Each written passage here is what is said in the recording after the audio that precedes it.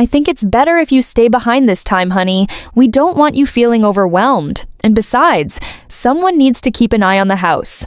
My sister, Ashley, was beaming. She was holding a folder full of flight itineraries, 5-star resort bookings, and excursion passes for the French Riviera. I looked down at my own hands. They were stained with ink from the extra shifts I'd been taking at the library. "Overwhelmed?" I asked, my voice barely a whisper. "Mom, I've been saving for this trip for 2 years. You said if I got my grades up, I could go." My mother finally turned to me, and the pity in her eyes felt like a slap. "Nicole, let's be honest. Ashley is starting her PhD in physics this fall. She needs this break. She's worked so hard. Well, you're still trying to figure out how to pass a basic entrance exam. The museums, the lectures, the high society dinners we have planned, you'd just be bored. Or worse, you'd make us feel guilty for enjoying things you don't understand." Ashley gave a small, performative pout. "Don't be mad, Nicole. We'll bring you back a souvenir. Maybe a nice keychain or some French chocolate. We just don't want you to feel out of place among our friends." That was the word, out of place. In my family, intelligence wasn't just a trait, it was the only currency. My mother was a retired surgeon, my father a corporate lawyer, and Ashley? She was the golden child, the genius who had been fast-tracked since she was 5. Then there was me. To them, I was the slow one, the one who struggled with math, the one who preferred reading old, dusty journals instead of solving equations. I was the family embarrassment they kept tucked away in the shadows of their big, expensive house. "So that's it?" I asked. "The plane leaves in 4 hours, and you're telling me now?" "Your suitcase is already back in your room," my father said, walking into the foyer while checking his Rolex. "We've already reallocated your ticket to Ashley's boyfriend. He's a junior partner at the firm, you know. He'll actually contribute to the conversation." They didn't even wait for me to cry. They just started loading their designer luggage into the waiting black car. But as I stood there on the porch, watching the taillights of the car disappear down the driveway, I didn't cry. I felt a strange, cold clarity wash over me. They thought I was the dumb sister because I didn't care about their formulas or their corporate law. They thought I spent my time at the library dusting shelves. What they didn't know, what they never bothered to ask, was what I was actually doing in the archives of that library. They didn't know about the black leather-bound ledger I had found hidden in the basement of our house 6 months ago, the one my grandfather had left behind. The one written in a code that only someone with a slow, wandering mind like mine would have the patience to crack. As the house fell silent, I walked up to my room. I moved my suitcase off the bed and pulled a small, battered notebook from under my mattress. My family was off to spend thousands of dollars on a luxury vacation, feeling smug about their superior brains. Before I tell you what was in that ledger and how I used it to flip their world upside down, I have to ask, have you ever been the black sheep of your family, the one everyone underestimated? If you're enjoying this story so far, please hit that like button and subscribe to the channel. It really helps me bring these stories to life. Also, let me know in the comments, where are you watching from today? I love seeing how far these stories travel. The silence of the house was heavy. It wasn't the peaceful kind of silence you find in a spa. It was the suffocating kind that settles in a place where people have been shouting over each other for decades. Only this time, the shouting was done with condescending smiles and pointed remarks about my potential. I walked through the rooms, my footsteps echoing on the marble floors. For years, I had felt like a ghost in this house. Now, with them gone, the house itself felt like a ghost. I went into my father's study, a room I was strictly forbidden from entering without permission. The air smelled of expensive leather and old cigars. On his desk sat a framed photo of the 3 of them, Mom, Dad, and Ashley at her graduation. I wasn't in the photo. I was the one holding the camera. I sat in his oversized chair and opened the ledger I had hidden under my arm. To anyone else, the pages looked like nonsense. Rows of dates, strange symbols, and names of companies that didn't seem to exist. My family thought I was slow because I spent hours staring at pages like these. They thought I was daydreaming. In reality, I was decoding. My grandfather had been the real architect of the family fortune. Everyone credited my father's brilliant legal mind, but the ledger told a different story. It told a story of a silent partner, a massive trust, and a series of clerical errors that had shifted millions of dollars away from the intended heirs, me and my grandfather's sister, and into my father's private accounts. My genius sister Ashley didn't know about this. She was too busy calculating the trajectory of stars to notice the ground shifting beneath her feet. My mother didn't know either. She was too busy maintaining the image of the perfect intellectual elite. I spent the first night of their vacation in that study. I didn't sleep. I used the high-speed scanner my father used for his important documents. Every page of the ledger, every hidden bank statement I found in the floor safe, the code for which was simply Ashley's birthday, because of course it went into a secure cloud drive. By 4 a.m., my eyes were burning, but my heart was racing. I discovered that the very house I was sitting in, the $4 million estate that used to make me feel small, wasn't actually legally my father's. It was tied to a trust that required the consent of all living descendants to be leveraged or sold. My father had forged my signature on documents 3 years ago to take out a massive business loan against the property. He didn't think I'd ever look. He didn't think I was capable of understanding what a lien or encumbrance even was. I looked at the flight tracker on my phone. Their plane had just landed in Nice. They were probably sipping champagne in a limousine right now, laughing about how peaceful the trip was going to be without poor, simple Nicole dragging them down. I felt a surge of cold adrenaline. They wanted a vacation. I was going to give them a permanent one. I didn't just have proof of financial fraud. I had found something else tucked into the back of the ledger. A series of letters between my father and a woman who definitely wasn't my mother.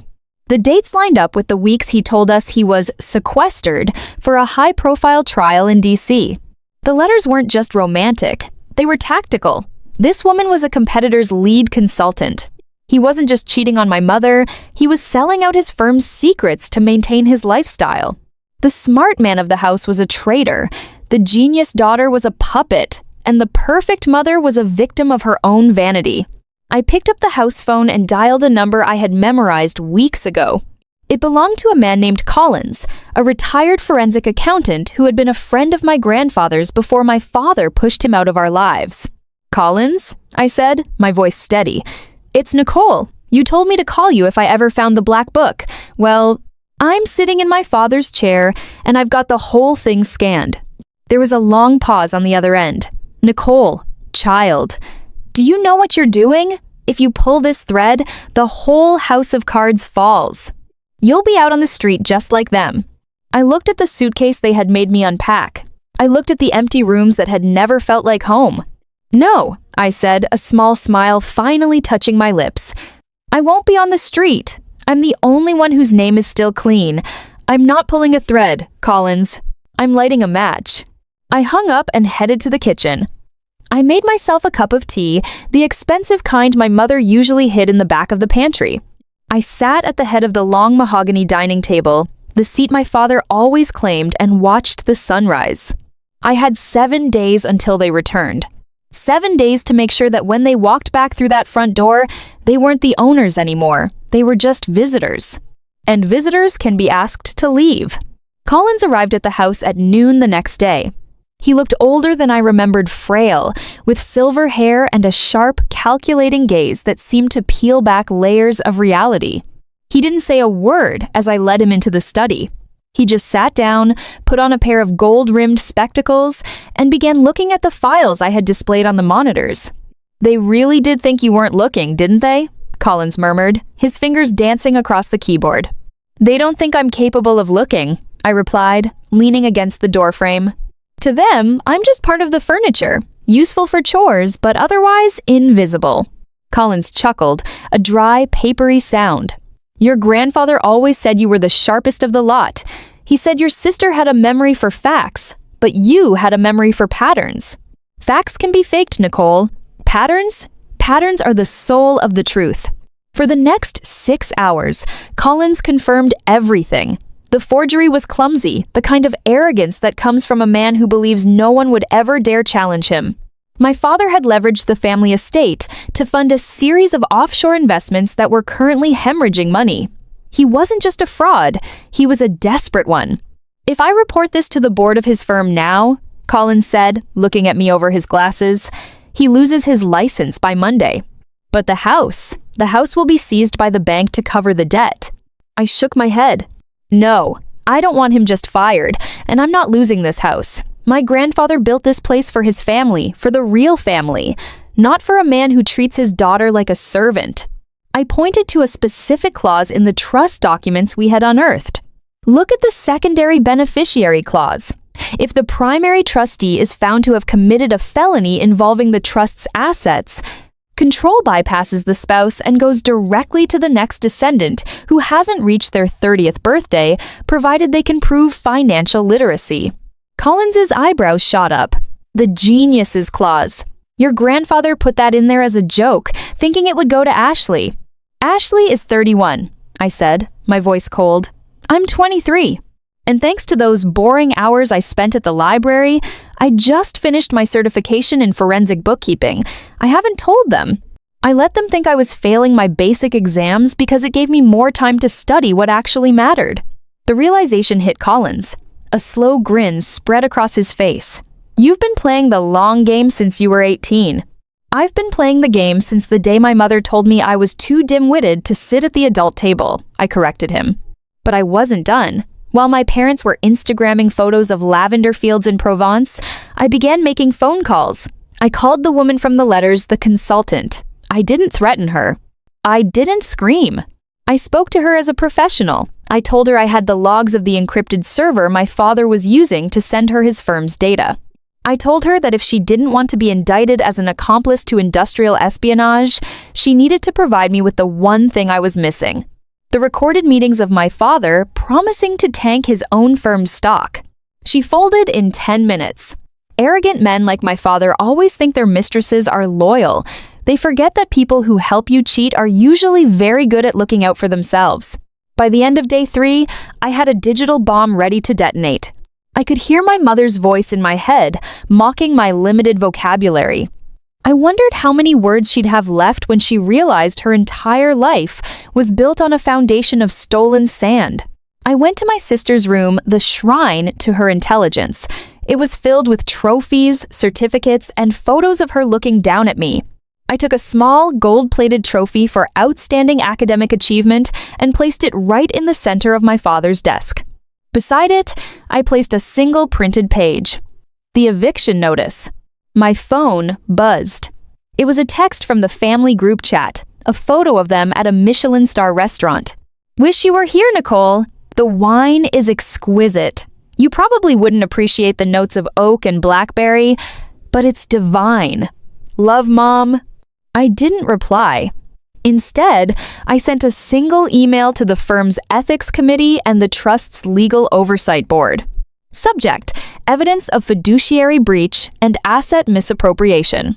Around 4 a.m. French time. I was sitting in the kitchen, sipping a glass of ice water, watching the security feed from the front gate.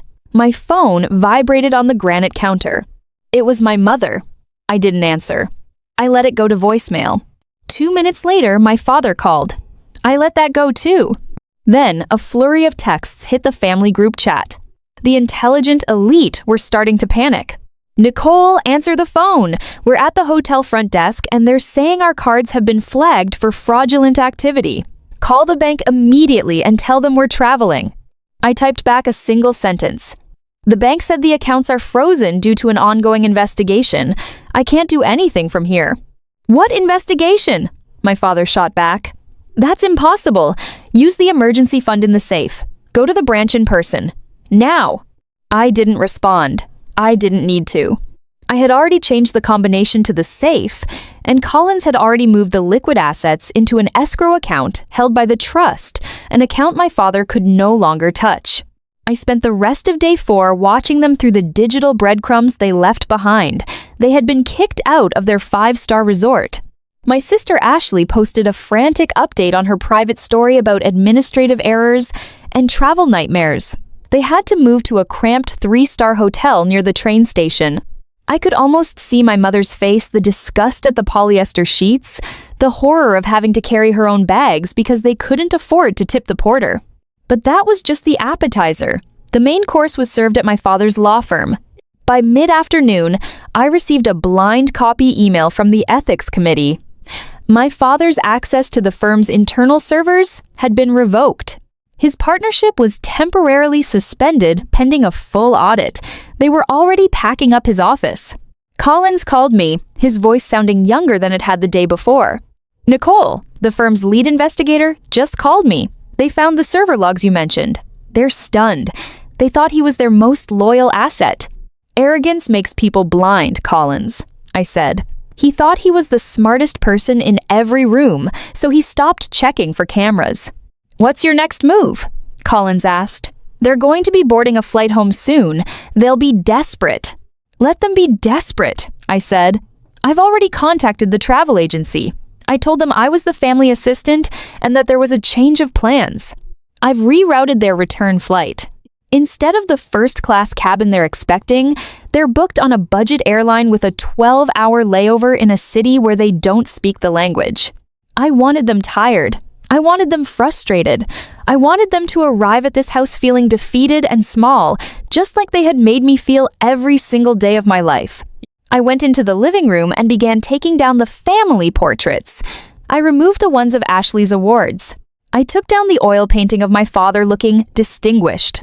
I replaced them with things I loved, botanical prints I'd collected, my own photography of the quiet corners of the city, and a framed copy of my bookkeeping certification. The house was starting to look like my home. On day 5, the silence from the group chat was deafening. They were likely stuck in an airport terminal, sitting on plastic chairs, eating overpriced sandwiches, and wondering how their empire had started to crumble the second they stepped onto a plane. I went to the library one last time, not to work, but to say goodbye to the archives. My boss, an elderly woman who was the only person who had ever complimented my sharp eye, looked at me over her glasses. "You're leaving us, Nicole?" "I'm moving on to management," I said with a smile. "I've inherited some responsibilities." As I walked back to the car, the modest sedan I'd bought with my own savings, I saw a notification on my phone. My father had tried to wire money from the trust. "Transaction denied. Insufficient authorization." I could almost hear his scream from across the Atlantic. He still didn't know it was me. He probably thought it was a technical glitch or a rival at the firm. In his mind, I was still the slow girl at home, probably struggling to figure out how to use the microwave. He had no idea that I was the one who had cut his safety net. I drove home, the sun setting behind the hills. I had 48 hours until they walked through that door. 48 hours to prepare the final reveal. I went to the basement and pulled out the old, dusty trunk that belonged to my grandfather. Inside, tucked beneath his old coats, was the original deed to the land, the one that had never been properly updated in the digital system. It was the final piece of the puzzle. My father had built his career on technicalities. It was only fitting that a technicality would be his undoing. I sat on the floor of the basement, the smell of old paper and cedar filling my lungs. I felt a strange sense of mourning for the family I never had for the parents who should have loved me regardless of my IQ, and the sister who should have been my best friend instead of my bully. But that mourning lasted only a moment. It was replaced by a cold, hard resolve. They had chosen their path. I was just the one showing them where it ended. By day 6, the family group chat looked like a transcript from a sinking ship. The intellectual elite were no longer speaking in polished sentences. The masks were slipping, and the messages were becoming frantic, jagged, and honestly a little bit pathetic. "Nicole, why is your phone off? We've been stuck in a terminal for 9 hours. Ashley is having a panic attack, and your father's corporate card was snapped in half by a gate agent. Do something." My mother's messages were a masterclass in projection. Even when her world was burning, she expected the help to put it out. I sat in the backyard, watching the sunset reflect off the pool they always told me I wasn't responsible enough to use without supervision. I typed a short, simple reply. "I told you, the accounts are under audit. There's nothing I can do from the kitchen table." I didn't tell them I had spent the afternoon with a locksmith, or that I had invited the board of the trust to a clarification meeting scheduled for the exact hour they were supposed to land. I spent that evening going through my sister's room. It sounds petty, but I wanted to understand the genius I had been compared to for 2 decades. I found her old journals. They weren't filled with brilliant theories or complex equations. They were filled with lists. Lists of people to impress. Lists of things to buy. Lists of ways to make sure I stayed in my place. Nicole is a drag on the brand. One entry read, dated 3 years ago. Mom and Dad agree. We need to phase her out of the public image before I start my residency. She's just not one of us. I closed the book. I didn't feel hurt. I felt justified. They hadn't just underestimated my mind. They had entirely dismissed my humanity. They viewed me as a bug in their otherwise perfect software. Well, this bug had just rewritten the entire operating system. I received a call from a number I didn't recognize. It was my father calling from a borrowed phone. His voice was unrecognizable, thin, trembling, and stripped of its usual booming authority. Nicole, listen to me very carefully. Something has gone wrong at the firm. I need you to go into my study. Behind the portrait of the Supreme Court, there's a small keypad. The code is 00000. I almost laughed. The brilliant lawyer used the most basic factory code for his secret safe. There's a black drive in there, he continued, his breath hitching. I need you to take it and destroy it. Burn it. Do you understand? It's a surprise for your mother's birthday. It's sensitive. He was lying to me. Even now, when he was thousands of miles away and losing everything, he thought I was stupid enough to believe that a hidden drive was a birthday surprise. I'm already in the study, Dad, I said, my voice calm and whispered. Good. Do it now, before anyone else gets there. I've already found the drive, I lied. I wanted to see how far he'd go. And I found the letters too, the ones to the consultant at the rival firm. She has a very interesting way of saying happy birthday, Dad. The silence on the other end was so thick I could almost hear his heart stopping. Nicole, he stammered, you don't understand what you're looking at. You're not trained for this. You're confusing things. Just stay put. We're boarding the final leg now.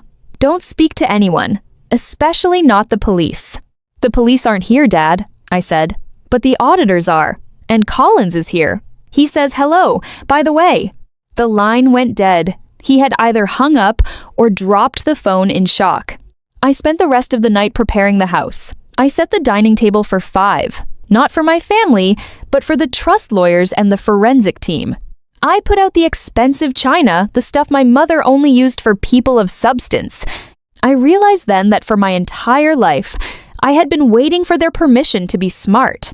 I had been waiting for them to look at me and say, "You're one of us." But I wasn't one of them. I was better. I didn't need to steal to be successful. I didn't need to lie to be respected. I just needed to be patient. The slow girl had finished the race, while the geniuses were still tying their shoes. I looked at the clock. Their budget flight was due to land in 6 hours. They would be exhausted, smelling of stale airplane air and desperation. They would expect to walk into their sanctuary and find me trembling, ready to be blamed for everything. They had no idea that I had already changed the Wi-Fi, the locks, and the narrative. I went to my room and slept for a solid 4 hours. It was the best sleep I'd had in years. When I woke up, I dressed in a sharp, tailored suit I'd bought with my library savings. I brushed my hair until it shone. I didn't look like the messy sister anymore. I looked like the owner. The gate buzzer rang. My heart didn't even skip a beat. I checked the camera. It wasn't my family. It was the legal team. "Come on in," I said into the intercom. The legal team from the trust sat in the dining room, their faces grim as they leafed through the documents I had meticulously organized. Collins sat at the head of the table, tapping a fountain pen against his chin. He looked at me with a mixture of pride and something that looked like caution. "They'll be here in 20 minutes, Nicole," Collins said. "Once they step through that door, the formal notification will be served. There's no going back." "I don't want to go back," I said. I stood by the large bay window that overlooked the driveway. I had spent so many years looking out of this window, watching them leave for galas and board meetings, feeling like a dog left in a kennel. Today, the view was different. Today, the driveway felt like a stage. When the taxi finally pulled up, it wasn't the usual sleek black car. It was a dented, yellow cab that smelled of exhaust. My mother climbed out first. Her designer suit was wrinkled, and her hair, usually a perfect blonde helmet, was frizzy and unkempt. Ashley followed, looking pale and clutching her phone like a rosary. Finally, my father emerged. He looked like he had aged 10 years in a week. His shoulders were slumped, and he was dragging 2 heavy suitcases himself. They didn't even notice the 3 black sedans parked in the guest spots. They were too busy arguing. I walked to the front door and opened it before they could even reach for their keys. "Nicole!" My mother shrieked, pushing past me. "Do you have any idea what we've been through? The indignity, the airports, the food. Why weren't you answering your phone?" My father didn't even look at me. He headed straight for his study. "I need to get to the safe. Nicole, did you do what I told you? Is the drive gone?" "The house is full of people, Dad," I said, my voice steady and quiet. He stopped in his tracks, his hand on the study door handle. "What? Who?" "The people who actually own this house," I replied. My mother stopped mid-complaint, her mouth hanging open. Ashley looked up from her phone, her eyes darting between me and the dining room. From the shadows of the hallway, the lead attorney for the family trust, a man named Mr. Bennett, stepped forward. "Actually, Mr. Carter, you're not authorized to enter that room," Bennett said. I realized I had to be careful with names, but these men were strangers to me now. "Bennett?" My father gasped. "What are you doing in my house? This is a private residence." "Actually," Colin said, stepping out from the dining room, "it's a trust asset. And as of 4 hours ago, your status as primary trustee has been revoked due to evidence of gross financial misconduct and fiduciary breach." My mother let out a sound that was half gasp, half sob. "Fiduciary what? What are you talking about? This is a mistake. Ashley, tell them this is a mistake." Ashley looked at the documents on the table, then at me. For the first time in her life, the genius looked completely lost. "Nicole, what did you do?" "I didn't do anything, Ashley," I said, stepping into the center of the foyer. I just stopped pretending I didn't see what was happening. I stopped being the girl who was too slow to understand the family business. My father moved toward me, his face turning a dangerous shade of purple. "You little snake. You went behind my back? After everything we gave you? The roof over your head, the clothes on your back, the suitcase at the top of the stairs?" I interrupted. "The vacation I spent 2 years saving for, which you gave to a junior partner because I wasn't smart enough to contribute to the conversation?" I walked closer to him. He was taller than me, but for the first time, he felt small. "You thought I was dusting shelves at the library," I whispered, "but I was reading the laws you broke. You thought I was daydreaming in the study, but I was cracking your codes. You spent your whole life making sure I felt like a failure so you could feel like a god. But gods don't forge their daughters' signatures on loan documents, Dad." The room went deathly silent. My mother looked at my father, her eyes wide with a new kind of horror. "You did what? You used the house?" "It was a temporary measure," he roared, but the bravado was gone. He looked at Bennett. "This is my daughter. She's not well. She has learning difficulties. You can't take her word over mine." Mr. Bennett didn't even blink.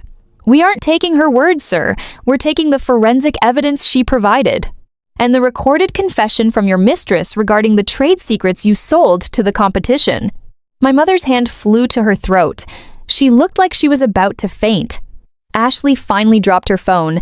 It hissed as it hit the marble floor. "I've arranged for a car to take you to a local motel," I said, my voice as cold as the marble beneath us.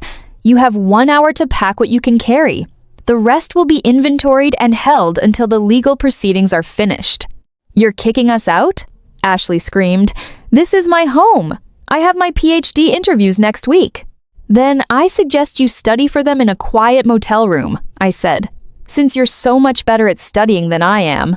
I turned my back on them and walked into the dining room to sit next to Collins. I didn't look back at the crying, the shouting, or the begging. I just picked up a pen and started signing the new trust bylaws. The next hour was the loudest and most satisfying silence I had ever experienced. I sat in the dining room, sipping a cup of tea, while the sounds of frantic packing echoed from the floor above. It was the sound of a dynasty dismantling itself. I heard my mother crying about her vintage Chanel collection. I heard Ashley screaming that she couldn't find her lucky laptop charger. And I heard the heavy, rhythmic thud of my father's boots as he realized he had nowhere left to run. Every few minutes, one of them would stomp to the top of the stairs and hurl an insult down at me. "You're a monster, Nicole," my mother wailed. "We protected you. We kept your failures a secret." I didn't look up from the trust documents. "You didn't protect me, Mom. You hid me. There's a difference." "You'll never survive on your own," my father bellowed. "You don't have the brains to manage this estate. You'll lose it all in a month." I finally looked up then. I caught his eye through the banister. "I've managed to take it from you while working a part-time job at a library. I think I'll do just fine with the full-time resources of the trust." He turned away, his face pale. The realization was finally sinking in. The person he thought was his greatest liability was actually his most dangerous adversary. When the hour was up, the security team I had hired, professional, quiet men in dark suits, moved up the stairs. They didn't use force. They didn't have to. The mere presence of outsiders, seeing my parents in this state of disarray, was enough to break their remaining spirit. They came down the stairs one by one. Ashley went first. She had 3 overstuffed suitcases and a designer backpack. She looked at me with pure, unadulterated hatred. "You think you've won, don't you? You're just a glorified clerk, Nicole. You'll always be the girl who couldn't get into the good schools." "Maybe," I said softly, "but I'm the girl who owns the house you're being kicked out of. Logic dictates that I'm the one who graduated today." She opened her mouth to retort, but no words came out. The genius was finally out of arguments. My mother followed, clutching a jewelry box to her chest like it was a life raft. She didn't look at me at all. She looked at the walls, the art, and the floor, mourning the objects she loved more than her own daughter. Finally, my father reached the bottom step. He stopped in front of me. He smelled of sweat and expensive scotch. "This isn't over, Nicole. I'll hire the best lawyers in the city. I'll tie this trust up in knots for a decade." "With what money, Dad?" I asked. "The accounts are frozen. The firm has already filed a suit to claw back your bonuses for the last 5 years. And Collins, he's already turned over the black book to the district attorney." His eyes widened. The threat of prison finally eclipsed his ego. He looked at the front door, then back at me, his lip trembling. "Nicole, please, we're family." "We were a family when you left me on the porch while you flew to France," I said. "We were a family when you forged my name to save your own skin. Now we're just a legal dispute." I signaled to the security guard. "Show them to their taxi." I watched from the porch as they piled into the car. The same porch where, just days ago, I had watched them leave me behind. This time, I wasn't the one left in the dust. I was the one standing in the light. As the taxi pulled away, Collins walked out and stood beside me. "The house is quiet now," he remarked. "It's not just quiet, Collins," I said, feeling a weight lift off my chest that had been there since I was 6 years old. "It's mine." "What's the first thing you're going to do?" he asked. I looked at the massive mahogany front doors. "I'm going to change the locks, and then I'm going to invite the library staff over for a celebratory dinner. They're the only people who ever bothered to ask me what I was reading." But as I walked back inside, I noticed something on the foyer floor. It was the lucky keychain Ashley had promised me from France. It must have fallen out of her bag. It was a cheap plastic Eiffel Tower. I picked it up, looked at it for a second, and then tossed it into the trash can. I didn't need their souvenirs. I had the whole world now. The first night alone in the house was unlike anything I had ever felt. For years, these halls had been filled with the noise of expectations, the sharp clinking of silverware during lectures disguised as dinners, and the constant, low hum of being judged. Now, there was only the sound of my own breathing and the soft ticking of the grandfather clock in the hall. I didn't go to the master's suite. I didn't want their ghosts. Instead, I stayed in the study, the room that had once been a cage and was now my command center. The final move wasn't about money. It was about the truth. I spent the next morning meeting with the district attorney. I didn't hide behind lawyers. I sat across from her, laid out the ledger, and explained the patterns. I showed her how my father hadn't just stolen from a trust, he had systematically exploited the very legal system he swore to protect. "You're very thorough, Nicole," the DA said, leaning back in her chair. "Most people in your position would have just taken the money and run. Why go through the trouble of a criminal referral?" "Because," I replied, "being smart in my family was always used as a weapon to hurt people. I want to see what happens when intelligence is used for justice instead." By that afternoon, the news broke. The Carter family fall was the lead story in the local business journals. The firm issued a formal statement distancing themselves from my father. My sister's PhD program put out a brief notice that her fellowship was under review due to the ethical implications of the family's financial records. They were finally being seen for who they were, not for the degrees on their walls. A few days later, I received a letter. It was hand-delivered to the gate. No stamps, no return address, just my name written in my mother's elegant, loopy cursive. "Nicole, we are at a crossroads. We are staying in a place that is beneath us. Your father is unwell. Ashley is distraught. If you have any heart left, you will release enough funds for us to relocate. We are your blood. You cannot leave us with nothing." I sat at the mahogany desk and pulled out a piece of stationery. I didn't write a long, emotional plea. I didn't scream through the paper. I simply wrote, "I'm not leaving you with nothing. I'm leaving you with exactly what you gave me. The chance to prove how smart you are when you have to start from zero. You always told me that talent rises to the top. I look forward to seeing yours." I folded the note and sent it back with the courier. I spent the rest of the month transforming the estate. I turned the formal viewing gallery into a community reading room. I established a scholarship fund in my grandfather's name specifically for students who were labeled slow or underachieving by the traditional school system.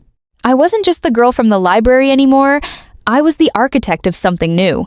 A year later, I was standing in the garden, watching the first group of scholarship recipients walk through the gates. They looked nervous, a little out of place, and full of a quiet, burning potential. Collins walked up beside me, handing me a newspaper. On the third page was a small clipping. My father had taken a plea deal, 3 years of white-collar probation, and a permanent ban from practicing law. My mother was working as a high-end personal shopper, struggling to smile for women she used to look down on. And Ashley? She was a tutor, teaching the very basic math she once mocked me for struggling with. "Do you ever regret it?" Collins asked, looking at the house. "Regret what?" I asked. "Taking it all, being the one to pull the trigger." I looked at the kids in the garden. I thought about the suitcase at the top of the stairs and the feeling of being invisible in my own home. I thought about the whispered wrongs that had finally been made right. "No," I said, a small, satisfied smile touching my lips. "I don't regret it. They spent 20 years trying to teach me a lesson. I just finally finished the assignment."